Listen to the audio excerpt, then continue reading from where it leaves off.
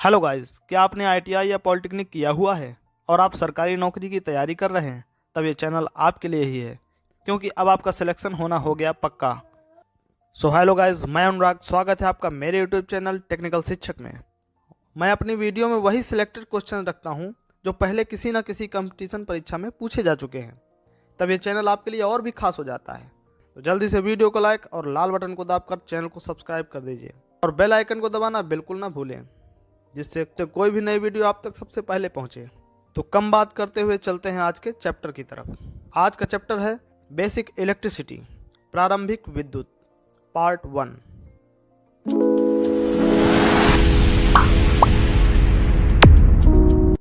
विद्युत आवेश प्रवाह चालकों के माध्यम से होता है। नेक्स्ट क्वेश्चन में आते हैं। किसी चालक में आवेश प्रवाह की दर को विद्युत धारा कहते हैं। आगे बढ़ते हैं दोस्तों। धातु के तार में विद्युत का प्रवाह इलेक्ट्रॉन के कारण होता है। अब दोस्तों यहाँ पर तो एक लाइन में लिखा हुआ है, लेकिन जब आप लोग एग्जाम में होगे तो ये एक क्वेश्चन के रूप में आएगा। किस तरह आएगा, चलिए एक मैं बता भी देता हूँ कि इसमें जैसे क्वेश्चन में लिखा होगा कि धातु के तार में विद्युत का प्रवाह होता है। अब इसके नीचे 4 ऑप्शन दिए होंगे, इलेक्ट्रॉन के कारण, प्रोटॉन के कारण, आयन के कारण या उपयुक्त सभी के कारण। तो आपको लिखना होगा इलेक्ट्रॉन के कारण। चलिए इसी क्रम में आगे बढ़ते हैं। और दोस्तों अगर इनकी पीडीएफ आपको चाहिए हो तो इस वीडियो के लास्ट में व्हाट्सएप नंबर दिया हुआ है, उस पर आप लोग कांटेक्ट कर लीजिएगा, आप लोगों को पीडीएफ प्रोवाइड करवा देंगे। और वीडियो को अगर अभी तक लाइक और सब्सक्राइब नहीं किया है तो वीडियो को लाइक और चैनल को सब्सक्राइब कर लीजिए, बेल आइकन को जरूर दबा लीजिए। चलिए आगे बढ़ते हैं।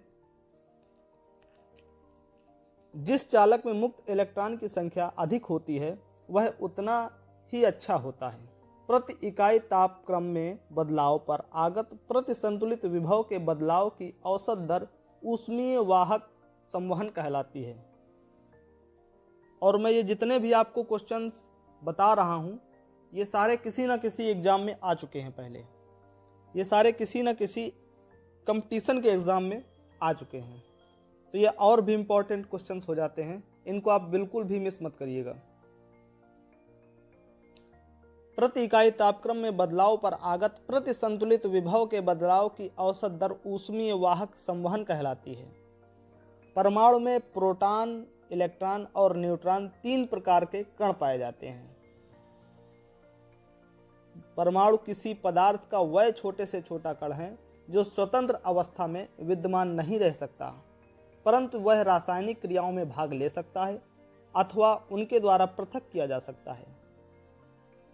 धारा के मुख्यतः 3 प्रभाव होते हैं, रासायनिक प्रभाव, चुंबकीय प्रभाव तथा ऊष्मीय प्रभाव।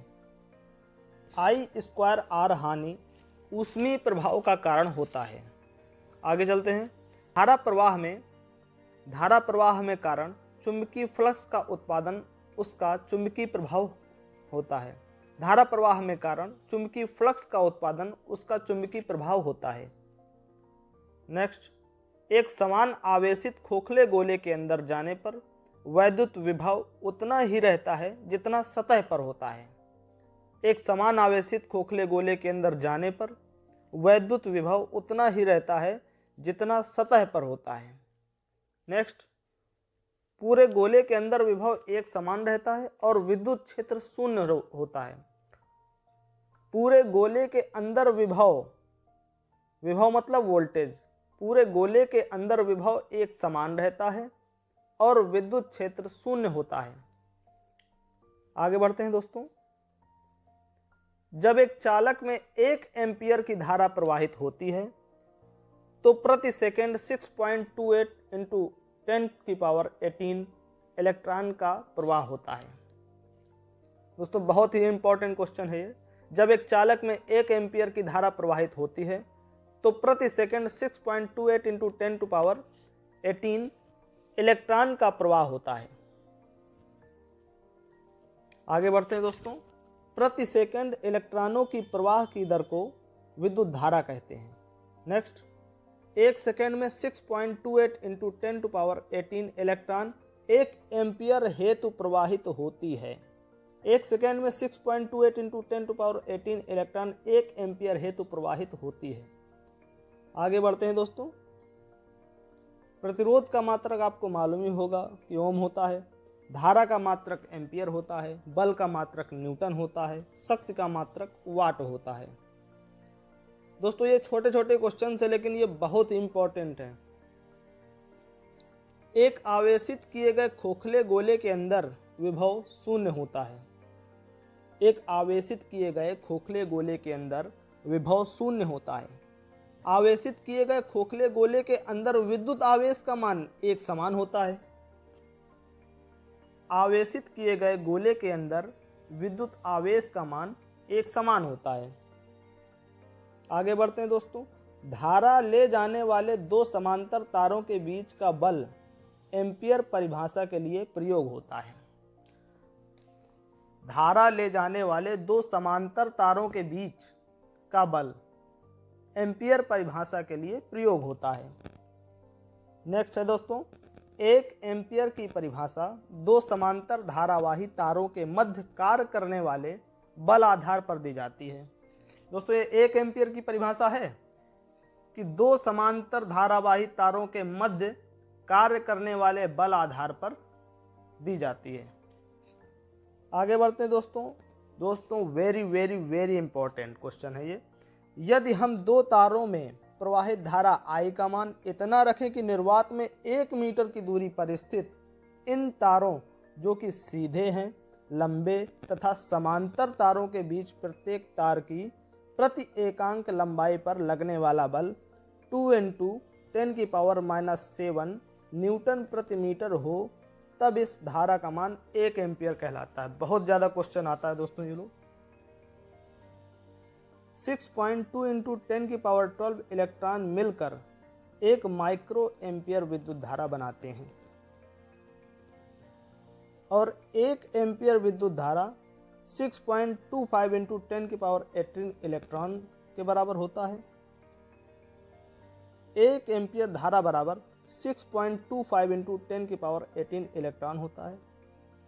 एक इलेक्ट्रॉन का द्रव्यमान 9.1 × 10⁻31 kg होता है और एक इलेक्ट्रॉन का आवेश 1.6 × 10⁻19 कूलाम होता है। आगे बढ़ते हैं दोस्तों। किसी परिमित दूरी द्वारा पृथककृत दो आवेश विद्युत क्षेत्र में वृद्धि करते हैं। किसी परिमित दूरी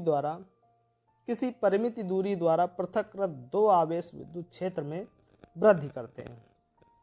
जब दो आवेश एक निश्चित दूरी पर होते हैं तो उसमें आकर्षण या विकर्षण बल कार्य करते हैं, जिसके फलस्वरूप विद्युत क्षेत्र बढ़ता है। आगे बढ़ते हैं। किसी पदार्थ की सापेक्ष विद्युतशीलता सदैव 1 से बड़ी होती है। किसी पदार्थ की सापेक्ष विद्युतशीलता सदैव 1 से बड़ी होती है। विद्युत वाहक बल EMF इलेक्ट्रॉन्स को गतिमान करने के लिए आवश्यक होता है। विद्युत वाहक बल EMF इलेक्ट्रॉन्स को गतिमान करने के लिए आवश्यक होता है। नेक्स्ट है, चालक पदार्थ से इलेक्ट्रॉन को गतिमान करने हेतु चालक तार में इलेक्ट्रॉन की प्रवाह की दर को धारा कहते हैं। बहुत इंपॉर्टेंट क्वेश्चन है। चालक पदार्थ से इलेक्ट्रॉन को गतिमान करने हेतु चालक तार में इलेक्ट्रॉन की प्रवाह की दर को ही धारा कहते हैं। नेक्स्ट है, मानक तापमान और दाब 273 के और 1 ATM होता है। मानक तापमान और दाब 273 के और 1 ATM होता है। एक स्थिर गोलीय चालक के भीतर विद्युत क्षेत्र 0 होता है। आगे बढ़ते हैं। पृथ्वी का प्रतिरोध 0 होता है। पृथ्वी का प्रतिरोध 0 होता है। विद्युत ऊर्जा की इकाई वोल्ट एम्पियर घंटा होती है। विद्युत ऊर्जा की इकाई वोल्ट एम्पियर घंटा होती है। आवेश की इकाई कूलाम होती है। आवेश की इकाई कूलाम होती है। वोल्टेज की इकाई वोल्ट होती है, वोल्टेज की इकाई वोल्ट होती है, शक्ति की इकाई वाट होती है। नेक्स्ट है दोस्तों, जिस पदार्थ में मुक्त इलेक्ट्रॉनों की संख्या सबसे अधिक होती है उसकी प्रतिरोधकता सबसे कम होती है। जिस पदार्थ में मुक्त इलेक्ट्रॉनों की संख्या सबसे अधिक होती है उसकी प्रतिरोधकता सबसे कम होती है। कॉपर की प्रतिरोधकता कम होती है। चालक पदार्थ में सिल्वर के बाद इसका दूसरा स्थान है तथा सोने का तीसरा स्थान है। कॉपर की प्रतिरोधकता कम होती है। चालक पदार्थ में सिल्वर के बाद इसका दूसरा स्थान है तथा सोने का तीसरा स्थान है। नेक्स्ट है, यदि दो रेजिस्टेंस समान कैपेसिटी के हैं तथा उनकी पावर रेटिंग अलग अलग है, जिस रेजिस्टेंस की पावर रेटिंग ज़्यादा होगी उस रेजिस्टेंस का साइज अधिक होगा। यदि दो रेजिस्टेंस समान कैपेसिटी के हैं तथा उनकी पावर रेटिंग अलग अलग है, जिस रेजिस्टेंस की पावर रेटिंग ज़्यादा होगी उस रेजिस्टेंस का साइज अधिक होगा। नेक्स्ट है दोस्तों, नेक्स्ट है ओम का नियम, बहुत ही ज़्यादा इम्पोर्टेंट है ये तो लगभग हर एक परीक्षा में आ जाता है किसी ना किसी तरह से। ओम के नियमानुसार किसी चालक की यदि भौतिक अवस्थाएं अपरिवर्तित रहें तो चालकों के सिरों पर लगे विभवांतर V तथा बहने वाली धारा I का अनुपात सदैव स्थिर रहता है। V/I is equal to R। R एक स्थिर मान है। चलिए दोबारा देख लेते हैं इसको। ओम के नियमानुसार किसी चालक की यदि भौतिक अवस्थाएं अपरिवर्तित रहें तो चालकों के सिरों पर लगे विभवांतर V तथा बहने वाली धारा I का अनुपात सदैव स्थिर रहता है। V/I is equal to R। R एक स्थिर मान है। आगे बढ़ते हैं। समांतर क्रम में लगे किसी भी उपकरण पर वोल्टेज समान होता है, लोड कैसा भी हो। समांतर क्रम में लगे किसी भी उपकरण पर वोल्टेज समान होता है, लोड कैसा भी हो। श्रेणी क्रम में धारा का मान समान होता है। श्रेणी क्रम में धारा का मान समान होता है। धारा प्रवाह के परंपरागत सिद्धांत के अनुसार धारा धनाग्र से ऋणाग्र की ओर प्रवाहित होती है। धारा प्रवाह के परंपरागत सिद्धांत के अनुसार जो धारा है वो पॉजिटिव से नेगेटिव की ओर ही प्रवाहित होती है। आगे है, आदर्श करंट सोर्स का आंतरिक प्रतिरोध अनंत होता है और यह सोर्स के पैरेलल में लगा होता है। आदर्श करंट सोर्स का आंतरिक प्रतिरोध अनंत होता है और यह सोर्स के पैरेलल में लगा होता है। स्थैतिक विद्युत घर्षण क्रिया द्वारा उत्पन्न होता है। स्थैतिक विद्युत घर्षण क्रिया द्वारा उत्पन्न होता है। विद्युत आवेशों के बीच बल के लिए कूलाम नियम न्यूटन का गुरुत्वाकर्षण सिद्धांत से लगभग मिलता जुलता है। विद्युत आवेशों के बीच बल के लिए कूलाम नियम न्यूटन का गुरुत्वाकर्षण सिद्धांत से लगभग मिलता जुलता है। आगे बढ़ते हैं। एक परिपथ में एक विद्युत परिपथ में दो पॉइंटों के बीच में एक इकाई धनात्मक आवेश के विचलन में किए गए कार्य विभवांतर का माप होता है।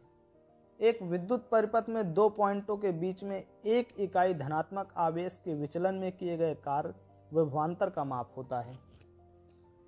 आवेश प्रवाह की दर को धारा कहते हैं। आवेश प्रवाह की दर को धारा कहते हैं। जब धारा I समय t के लिए प्रतिरोध R से गुजरती है तब प्रयुक्त I²RT ऊर्जा द्वारा निर्धारित की जाती है। जब धारा I समय t के लिए प्रतिरोध R से गुजरती है तब प्रयुक्त I²RT ऊर्जा द्वारा निर्धारित की जाती है। एक अशुशक्ति 746 वाट के बराबर होती है। 1 किलो कैलोरी 4187 जूल के बराबर होती है। 1 किलो कैलोरी 4187 जूल के बराबर होती है। परिपथ में इलेक्ट्रॉनों के प्रवाह से विद्युत धारा बनती है। परिपथ में इलेक्ट्रॉनों के प्रवाह से ही विद्युत धारा बनती है। विद्युत चालकता का मात्रक महो प्रति मीटर होता है। विद्युत चालकता का मात्रक महो प्रति मीटर होता है। भारतीय विद्युत नियम 1956 के नियम 77 में सबसे निचले चालक की भूमि से ऊंचाई क्लीयरेंस दी गई है। भारतीय विद्युत नियम 1956 के नियम 77 में सबसे निचले चालक की भूमि से ऊंचाई क्लीयरेंस दी गई है। प्रतिरोध के समांतर जोड़ के सिरों पर विभवांतर समान होता है तथा धारा अलग अलग होती है। प्रतिरोध के समांतर जोड़ के सिरों पर विभवांतर समान होता है तथा धारा अलग अलग होती है।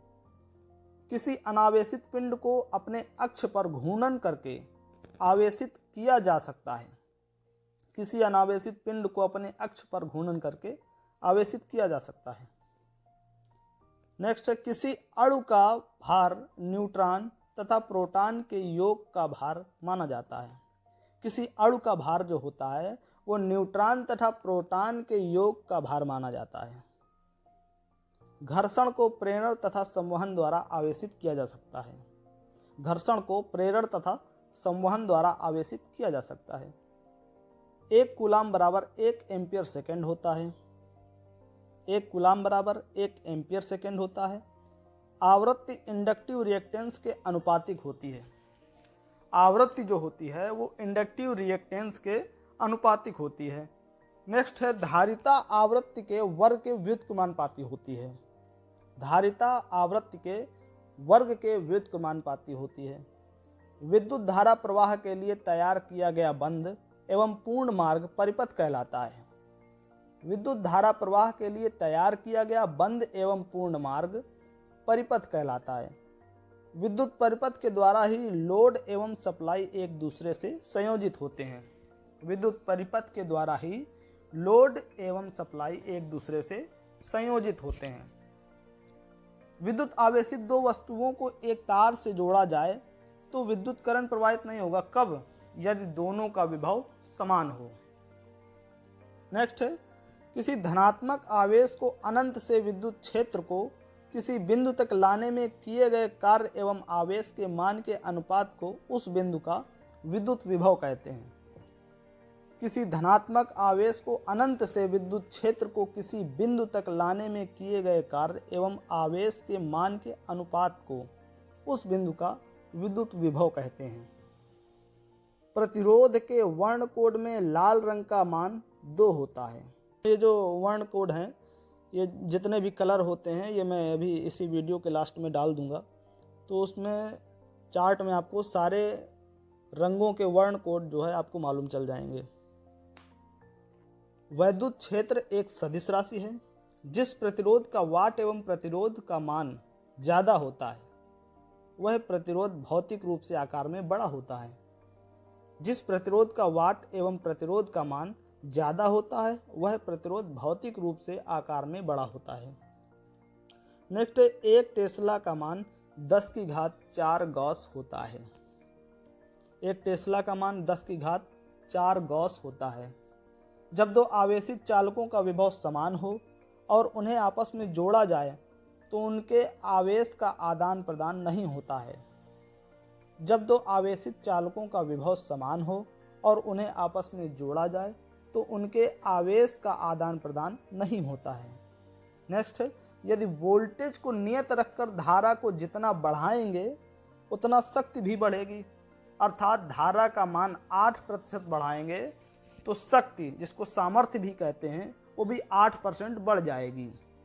यदि वोल्टेज को नियत रखकर धारा को जितना बढ़ाएंगे उतना शक्ति भी बढ़ेगी। अर्थात धारा का मान 8% बढ़ाएंगे तो शक्ति भी 8% बढ़ जाएगी। आगे बढ़ते हैं। आइंस्टीन का द्रव्यमान ऊर्जा समीकरण E बराबर mc² होता है। बहुत इंपॉर्टेंट क्वेश्चन है। तो दोस्तों ये छोटे छोटे क्वेश्चन है, यही आपके नंबर इंक्रीज करेंगे। आइंस्टीन का द्रव्यमान ऊर्जा समीकरण E बराबर mc² होता है। प्रकाश की गति 3 × 10⁸ मीटर प्रति सेकेंड होती है। विशिष्ट प्रतिरोध की इकाई ओम सेंटीमीटर होती है। विशिष्ट प्रतिरोध की इकाई ओम सेंटीमीटर होती है। कार्बन प्रतिरोध की पावर रेटिंग रेंज 1/8 वाट से 2 वाट होती है। कार्बन प्रतिरोध की पावर रेटिंग रेंज 1/8 वाट से 2 वाट होती है। नेक्स्ट है, धातु के तार में इलेक्ट्रॉन कण विद्युत धारा का वहन करता है। धातु के तार में इलेक्ट्रॉन कण विद्युत धारा का वहन करता है। इलेक्ट्रॉन ऋणात्मक कण होता है, प्रोटॉन धनात्मक कण होता है और न्यूट्रॉन उदासीन कण होता है। पिकलिंग यांत्रिकी सफाई प्रक्रिया है। पिकलिंग का अर्थ धातु को अम्ल से साफ करने से है। पिकलिंग का अर्थ जो है धातु को अम्ल से साफ करने से है। पिकलिंग एक यांत्रिकी सफाई प्रक्रिया है। नेक्स्ट, नाइट्रीकरण एक ऊष्मा उपचार प्रक्रिया है। नाइट्रीकरण एक ऊष्मा उपचार प्रक्रिया है। द्रव द्वारा प्रदर्शित प्रवाह के प्रतिरोध को श्यानता कहते हैं। द्रव द्वारा प्रदर्शित प्रवाह के प्रतिरोध को श्यानता कहते हैं। आगे है, धातु की अति पतली विक्षेप को फ्लैश प्लेट कहते हैं। धातु की अति पतली विक्षेप को फ्लैश प्लेट कहते हैं। आवेशित परमाणु को आयन कहते हैं। इलेक्ट्रॉन, प्रोटॉन, न्यूट्रॉन और अणु में सबसे भारी अणु होता है, उसके बाद परमाणु, फिर न्यूट्रॉन, फिर प्रोटॉन और फिर लास्ट में इलेक्ट्रॉन। इनके जो है भार के हिसाब से इनको जो है रखा हुआ है डिवाइड करके कि इलेक्ट्रॉन, प्रोटॉन, न्यूट्रॉन और अणु में सबसे भारी अणु होता है, उसके बाद परमाणु, फिर न्यूट्रॉन, फिर प्रोटॉन और फिर इलेक्ट्रॉन। नेक्स्ट है, मैग्नीन का प्रतिरोध ताप गुणांक 0 होता है। मैग्नीन का प्रतिरोध ताप गुणांक 0 होता है। मैग्नीन का प्रयोग संट बनाने में किया जाता है। मैग्नीन का प्रयोग संट बनाने में किया जाता है। एल्यूमिनियम का प्रतिरोध ताप गुणांक धनात्मक होता है। एल्यूमिनियम का जो प्रतिरोध ताप गुणांक होता है वो धनात्मक होता है। कार्बन तथा पोर्सिलिन का प्रतिरोध ताप गुणांक ऋणात्मक होता है। कार्बन तथा पोर्सिलिन का प्रतिरोध ताप गुणांक ऋणात्मक होता है। आगे बढ़ते हैं, कांस्टेंटन तांबा और निकिल से मिलकर बना होता है, जिसमें तांबा जो है 60% होता है और निकिल 40% होता है। कांस्टेंटन तांबा और निकिल से मिलकर बना होता है, जिसमें तांबा 60% होता है और निकिल 40% होती है।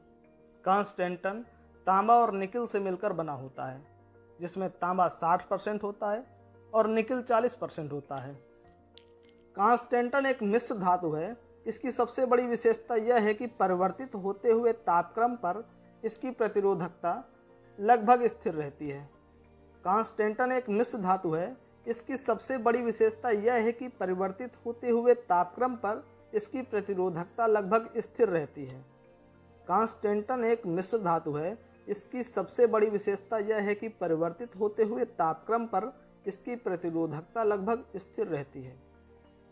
आगे है दोस्तों, आगे है, कांस्टेंटन के सभी यांत्रिक गुण मैग्नीन मिश्र धातु के समान होते हैं। कांस्टेंटन के सभी यांत्रिक गुण मैग्नीन मिश्र धातु के समान होते हैं। एक आदर्श धारा स्रोत में अनंत आंतरिक प्रतिरोध होना चाहिए। एक आदर्श धारा स्रोत में दोस्तों ये 4 जो नीचे क्वेश्चन है ये एक दूसरे से आपस में मिलते जुलते हैं। देखिएगा, एक आदर्श धारा स्रोत में अनंत आंतरिक प्रतिरोध होता है। एक आदर्श धारा स्रोत में अनंत आंतरिक प्रतिरोध होना चाहिए। एक आदर्श धारा स्रोत में अनंत आंतरिक प्रतिरोध होना चाहिए। वोल्टेज स्रोत का आंतरिक प्रतिरोध न्यूनतम होता है। एक धारा स्रोत का आंतरिक प्रतिरोध उच्च होता है। एक आदर्श वोल्टेज स्रोत में 0 आंतरिक रेजिस्टेंस होना चाहिए। एक आदर्श वोल्टेज स्रोत में 0 आंतरिक प्रतिरोध होना चाहिए। आगे है, ओम के नियमानुसार जब किसी परिपथ में वोल्टेज संचालित किया जाता है तो उस परिपथ में धारा प्रवाहित होती है। V/I = R। ओम के नियमानुसार जब किसी परिपथ में वोल्टेज संचालित किया जाता है तो उस परिपथ में धारा प्रवाहित होती है। V/I = R। वोल्टेज और धारा का अनुपात प्रत्येक क्षण स्थिर होता है। वोल्टेज और धारा का अनुपात प्रत्येक क्षण स्थिर होता है। दोस्तों ये देखिए कलर कोड मैंने डाला हुआ है सेकंड में। कलर कोड आप देख लीजिएगा, ये बहुत ही इम्पोर्टेंट है। इनमें से कोई 1-2 कलर कोड पूछ लेते हैं एग्जाम में। और ये ऊपर इलेक्ट्रॉन का द्रव्यमान, प्रोटॉन का द्रव्यमान और न्यूट्रॉन का द्रव्यमान। और ये आगे एक चार्ट है, इसमें प्रतिरोध का प्रकार है, प्रतिरोध का परास दिया हुआ है, अधिकतम शक्ति दर दी हुई है। ठीक है, ये सारा आप लोग देख लीजिएगा। इसमें से भी आप लोगों को क्वेश्चन फंस सकते हैं, इसमें से ही क्वेश्चन फंसेंगे आपको। दोस्तों वीडियो को लाइक कर दीजिएगा, चैनल को सब्सक्राइब कर दीजिएगा और बेल आइकन को दबाना बिल्कुल ना भूलें। नेक्स्ट वीडियो डालूंगा तो आप तक सबसे पहले पहुंचेगी। और इस चैप्टर का पार्ट सेकंड आपको चाहिए तो 5000 लाइक्स ज़रूर करिए। मैं क्वेश्चन वही लेकर आऊँगा जो किसी न किसी कंपटीशन परीक्षा में पूछे गए हैं। देखिए क्वेश्चन क्या है, घुमा के पूछे जाते हैं और क्वेश्चन को इतना ज़्यादा घुमा दिया जाता है कि आपको आ रहा होता है और वो आप कर नहीं पाते। तो वही घूमे हुए क्वेश्चन जब आप लोग पढ़ेंगे यहाँ पर तो आप लोगों से ज़रूर होगा, वो आप क्वेश्चन छोड़ के नहीं आओगे, सही करके आओगे। तो आप अपने दोस्तों को इस वीडियो को शेयर करिए। देखिए इस वीडियो में लगभग 100+ क्वेश्चंस हैं और इन क्वेश्चंस की अगर आप लोग PDF चाहते हैं तो PDF मैं आपको प्रोवाइड कर दूंगा। व्हाट्सअप नंबर दिया होगा मेरा, उस पर आप लोग व्हाट्सअप कर दीजिएगा तो मैं आपको PDF प्रोवाइड करवा दूंगा। एक आवश्यक सूचना ये भी है कि मैंने एक टेक्निकल डिस्कशन ग्रुप बनाया हुआ है, व्हाट्सएप ग्रुप है। मैं लिंक वीडियो के डिस्क्रिप्शन में डाल दूंगा, आप लोग जाइए और ज्वाइन हो जाइए। तो वो आपकी जो है तैयारी में और 4 चांद लगा देंगे, क्योंकि उसमें आपके दोस्त लोग भी होंगे और आप लोग जब आपस में डिस्कस करोगे तो आपकी और भी जो कन्फ्यूजन है वो दूर हो जाएंगी। तो लिंक वीडियो के डिस्क्रिप्शन में है और आप लोग डिस्कशन ग्रुप ज्वाइन ज़रूर करें। Get on my head. Get on my head. Get on my head. Get on my head.